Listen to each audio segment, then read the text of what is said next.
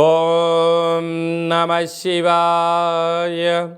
ఓం నమో నారాయణాయ. ఓం శ్రీ స్వర్ణాకర్షణ కాళభైరవాయ నమో నమః. ఓం శ్రీ నరదృష్టి నివారణ కాళభైరవాయ నమో నమః. నమస్తే అస్తు భగవన్ విశ్వేశ్వరాయ మహాదేవాయ త్రయంబకాయ త్రిపురాంతకాయ త్రికాగ్నికాలాయ కాలాగ్నిరుద్రాయ నీలకంఠాయ మృత్యుంజయాయ సర్వేశ్వరాయ సదాశివాయ శ్రీమన్మన్మహాదేవాయ నమో నమః. హరి ఓం. మా ఛానల్కి స్వాగతం.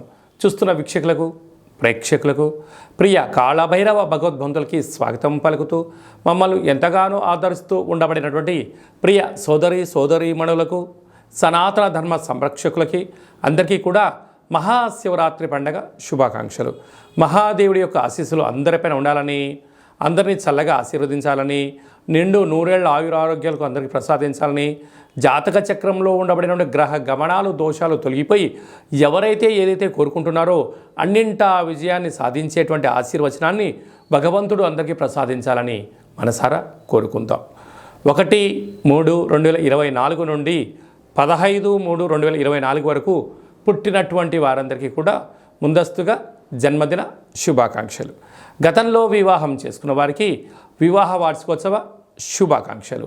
ద్వాదశ రాశుల్లో గ్రహ గమనాల్ని ఒకసారి వీక్షింపచేద్దాం.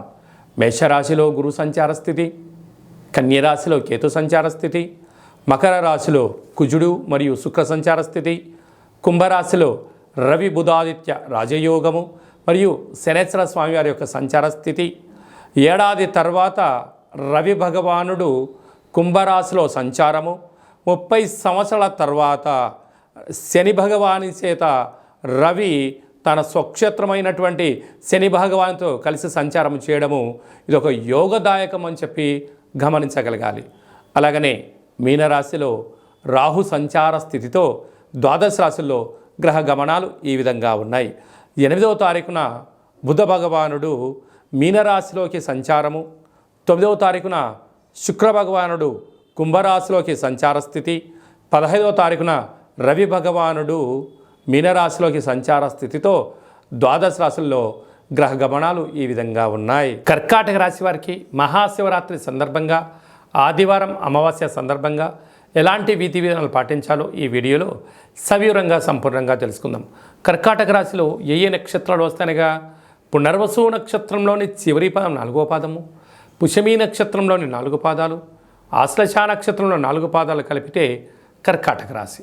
చాలామందికి పుట్టినటువంటి కాల సమయంలో డేటా బర్త్లో లేనటువంటి కారణం వలన పేరు యొక్క మొదటి అక్షరాన్ని అనుసరిస్తూ రాశిని తెలుసుకునే ప్రయత్నం చేద్దాం. అవి ఏ అక్షరాలు అన్నట్లయితే హీ, హూ, హే, హో, డా, డి, డు, డే, డో అక్షరాల వర్ధుడు కర్కాటక రాశి జాతకులే. కర్కాటక రాశి అధిపతి చంద్రుడు. వీరికి తృతీయంలో కేతువు, సప్తమంలో కుజశుక్ర సంచార స్థితి, కుజదోష ప్రభావము, అష్టమంలో రవి బుధ శని సంచార స్థితి, భాగ్యస్థానంలో రాహు, లాభంలో గురు సంచార స్థితి ఉన్నప్పుడు ఒకవైపు ఏమో కుజదోషము, అష్టమంలో 3 గ్రహాల సంచార స్థితి, ఇలాగ 18 సంవత్సరాల తర్వాత ఈ యొక్క గ్రహాల కలయిక ఇలా ఉంటుంది కనుక చిన్న చిన్న విషయాలకు ఆందోళన, చీకులు, ఇబ్బందులు, స్వల్పమైన వాహన ప్రమాదాలు పొంచి ఉన్నాయి. కనుక మీ జన్మ నక్షత్రం రోజున ఈ అమావాస్య సందర్భంగా మీరు దూర వాయు జల ప్రయాణాలు పెట్టుకోకపోవడం ఉత్తమోత్తంగా భావించగలగాలి. అనవసరమైన ఖర్చులు తగ్గించుకునే ప్రయత్నం చేయగలగాలి.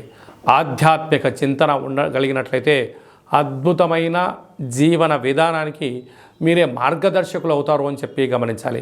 కనుక కర్కాటక రాశి వారు పంచామృతముల చేత, చెరుకు రసం చేత, తెల్లటి బియ్యాన్ని నానబెట్టినటువంటి బియ్యం చేత మహాదేవుడికి అభిషేకం చేసుకోవడం అదృష్టం, ఆనందం మీ సొంతమవుతుంది. అలాగే ఆదివారం అమావాస్య సందర్భంగా తెల్లటి పుష్పాల చేత కాళభైరవ స్వామికి అర్చన, విశేషమైనటువంటి తెల్లటి పుష్పాలు, తెల్లటి వస్త్రాల చేత అభిషేకం చేసి తెల్ల జిల్లేడు వృక్షం దగ్గర దీపం పెట్టగలిగినట్లయితే గ్రహదోషాలలో ఉండబడిన ఆటంకాలు తొలగిపోయి అదృష్టం మీ సొంతమవుతుంది. స్వయం వృత్తులు, సేవారంగాలు, హోటల్ వ్యాపారాలు, నీటి వ్యాపారాలు, మిల్క్ బిజినెస్ చేసేటువంటి వారందరూ స్వయం వృత్తుల వారికి వ్యవసాయ సోదరీమణులకు సాఫ్ట్వేర్ ఉద్యోగస్తులు కొద్దిపాటి జాగ్రత్త అవసరమని చెప్పి గమనించాలి.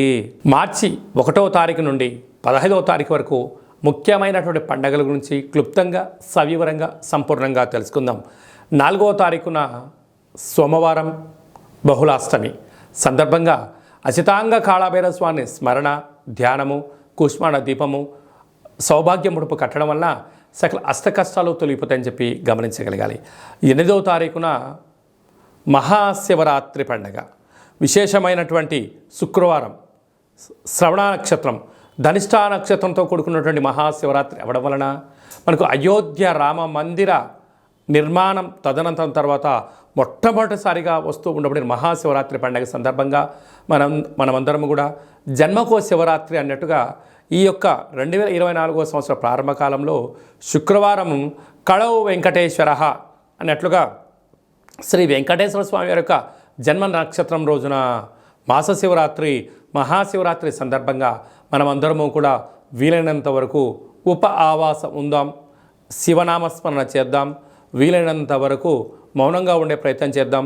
ఆ ఆది మహాదేవుడి యొక్క ఆశీస్సులు పొందుదాం. కుదిరితే మీ దగ్గర ఉండబడిన శివాలయాల్లో అభిషేకం చేసుకోండి. అలా కుదరలేనటువంటి పక్షంలో కానీ లేదు ఇంకొంచెం భగవంతుడి యొక్క ఆశీస్సులు పొందాలి అన్నట్లయితే మన యొక్క కాళభైరవ స్వామి యొక్క దేవాలయంలో సహస్ర ద్వాదశ జ్యోతిర్లింగేశ్వర స్వామివారు 1,00,000 రుద్రాక్షల మహాదేవుడిని ఏర్పాటు చేయడం జరిగింది కనుక మీ గోత్రనామాలు మాకు పంపించినట్లయితే మీకు వాట్సాప్ ద్వారా వీడియో కాల్ చేయించి మహాదేవుడికి రుద్రాభిషేకము, శతరుద్ర హోమాన్ని చేయించడం జరుగుతుంది కనుక భక్తులందరూ కూడా మహాదేవుడి యొక్క అభిషేక కార్యక్రమంలో పాల్గొని ఆ పార్వతీ పరమేశ్వరుల యొక్క కృపకటాక్ష వీక్షణ పొందగలరు.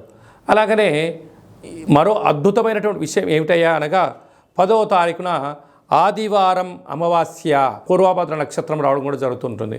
అంటే మాసాలలో ఆమాకావైనట్టుగా మాఘమాసము, అందులో మహాశివరాత్రి తదనంతరము ఆదివారం రోజు అమావాస్య రావడం వల్ల అద్భుతమైన అతీంద్రియమైన శక్తి సంపాదించడం కోసము ధ్యానం, పూజ, హోమ కార్యక్రమంలో పాల్గొన్నట్లయితే సకల శుభం కలుగుతుందని చెప్పి గమనించాలి. కనుక ఈ కాళభైరవ స్వామికి ఆశీస్సులు పొంది ఆ అమావాస్య రోజు సకల దుష్ట ప్రభావాల నుంచి, భూత ప్రేత పిశాచాల నుంచి, అపమృత్యు దోషాల నుంచి, వాహన ప్రమాదాల నుంచి తొలగించడం కోసము ఏ రాశి వారు, ఏ నక్షత్రం వారు ఎలాంటి విధి విధాలు పాటించాలో సవిరంగా సంపర్వం కూడా మనం తెలుసుకుందాం. అదే కాకుండా ఈ యొక్క మార్చి నెలలో ప్రథమార్థమంతరం కూడా అద్భుతమైన విజయం సాధించగలగాలి అన్నట్లయితే మనం ఒక్కసారి ఈ పాత్రను గమనించినట్లయితే ఇది ఒక కంచు పాత్ర. ఇందులో మనకు రాసులు 12 ఎలా ఉంటాయో 12 రాసులను అచ్చు వేయడం జరుగుతుంది.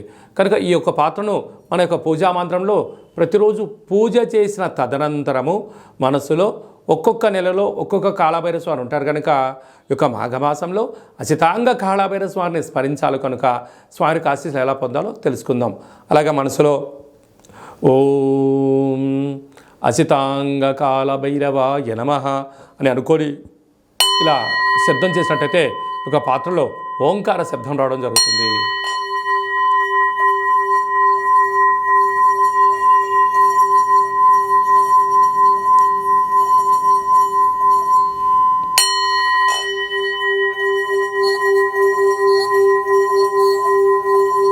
ఈ శబ్ద తరంగాల ద్వారా గృహంలో మనకు ఉండబడినటువంటి దరిద్ర దేవత బయటికి వెళ్ళిపోయి బయట సంచరిస్తూ ఉండబడినటువంటి లక్ష్మీమాత మన గృహానికి వస్తుందని చెప్పి కూడా గమనించగలగాలి. కనుక ఒక కాళభైరవ హోమాన్ని, కాళభైరవ స్వామి యొక్క పిరమిడ్ని, ఈ యొక్క అక్షయపాత్రని, డాలర్ని, కంకణాన్ని, మీకు కాలికి చేయి కట్టుకునేటువంటి సౌభాగ్యమైనటువంటి రక్షణ కవచాన్ని కూడా ఏర్పాటు చేయడం జరుగుతుంది. ఆసక్తి గలవారు ఈ కింది నెంబర్ని సంప్రదించి అక్షయ పాత్రను సొంతం చేసుకుందాం, అష్ట కష్టాలకు దూరంగా ఉందాం, అష్టైశ్వర్యానికి స్వాగతం పలుకుతామని చెప్పి గమనించాలి. మీ యొక్క వ్యక్తిగత జాతకం తెలుసుకోవాలనుకుంటున్నారా? మీరు పుట్టినటువంటి తేదీ, నెల, సంవత్సరం, సమయం, మీరు పేరు, మీరు ఏ వృత్తి చేస్తున్నారో రాసి మీరు వాట్సాప్ పంపించగలిగినట్లయితే సంపూర్ణమైనటువంటి 100 సంవత్సరాల జాతకాన్ని రాసి పంపించి పుట్టినప్పుడు గ్రహ గమనాలు ఎలా ఉన్నాయి, ప్రస్తుతం ఎలా ఉన్నాయి, రాబోయే కాలం ఎలా ఉండబోతున్నాయో సవివరంగా సంపూర్ణంగా కూడా మీకు తెలియజేయడం జరుగుతుంది. చాలామందికి డేటా ఆఫ్ బర్త్లు లేనటువంటి వారికి మీ పేరు యొక్క మొదటి అక్షరాన్ని అనుసరిస్తూ కాళభైరవ ఉపాసన చేత రమణ శాస్త్రం ద్వారా, గవ్వళ ద్వారా మీకు జ్యోతిష్యం తెలియచేస్తూ భూత భవిష్యత్ ఉత్తమాలను కూడా తెలియజేయడం జరుగుతుంది. కనుక మీ వ్యక్తిగత జాతకం తెలుసుకోవాలనుకుంటున్నట్లయితే ఈ కింది నెంబర్ సంప్రదించి అపాయింట్మెంట్ తీసుకొని సంప్రదించగలరు. అలాగా మీ అబ్బాయికి కానీ అమ్మాయికి కానీ ఎంత వివాహ ప్రయత్నం చేసినా వివాహం అవ్వడం లేదా, జాతకంలో ఎలాంటి దోషాలు ఉన్నాయి, వచ్చేటువంటి అమ్మాయి యొక్క కానీ అబ్బాయి యొక్క జాతకంలో ఎలాంటి యోగాలు ఉన్నాయో వివాహ పొంతన మన యొక్క దేవాలయంలో అద్భుతంగా చూడడం కూడా జరుగుతుంది. గతంలో వివాహం చేసుకున్నటువంటి దంపతులు తరచూ గొడవపడడం కానీ, పోలీస్ స్టేషన్లు గొడవలకు వెళ్తున్నట్లయితే మీ పేరులో స్వల్పమైన మార్పు చేత మిమ్మల్ని ఆ పార్వతీ పరమేశ్వరులు ఎలా కలిసి ఉంటారో మీరు అలా కలిసి ఉండడానికి ఆధ్యాత్మిక సలహాలు సూచనలు కూడా ఇవ్వడం జరుగుతుంది. అలాగా మీకు అబ్బాయి కానీ అమ్మాయి కానీ పుట్టినట్లయితే మీ యొక్క వారి యొక్క పుట్టినటువంటి తిథి ప్రకారంగా, రోజు ప్రకారంగా, డేటు ప్రకారంగా, నక్షత్ర ప్రకారంగా ఎలాంటి పేరు పెట్టుకోవాలో ఆధ్యాత్మికమైనటువంటి పేర్లను మీకు సూచించడం జరుగుతుంది.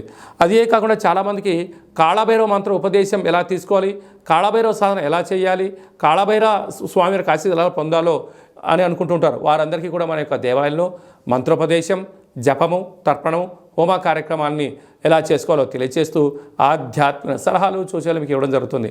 కనుక ఆసక్తి గలవారు ఈ కేంద్రము సంప్రదించి ఈ మహాశివరాత్రి సందర్భంగా అందరి యొక్క గోత్రనామాల్ని మీరు పంపించినట్లయితే మీకు పూజ చేసి స్వామి యొక్క ప్రసాదాన్ని ఒక రుద్రాక్షను ప్రసాదంగా కూడా పంపించడం జరుగుతుంది. కనుక అందరూ కూడా గోత్రనామాల్ని ఈ యొక్క ఫోన్ నెంబర్లకు వాట్సాప్ పంపించగలరు.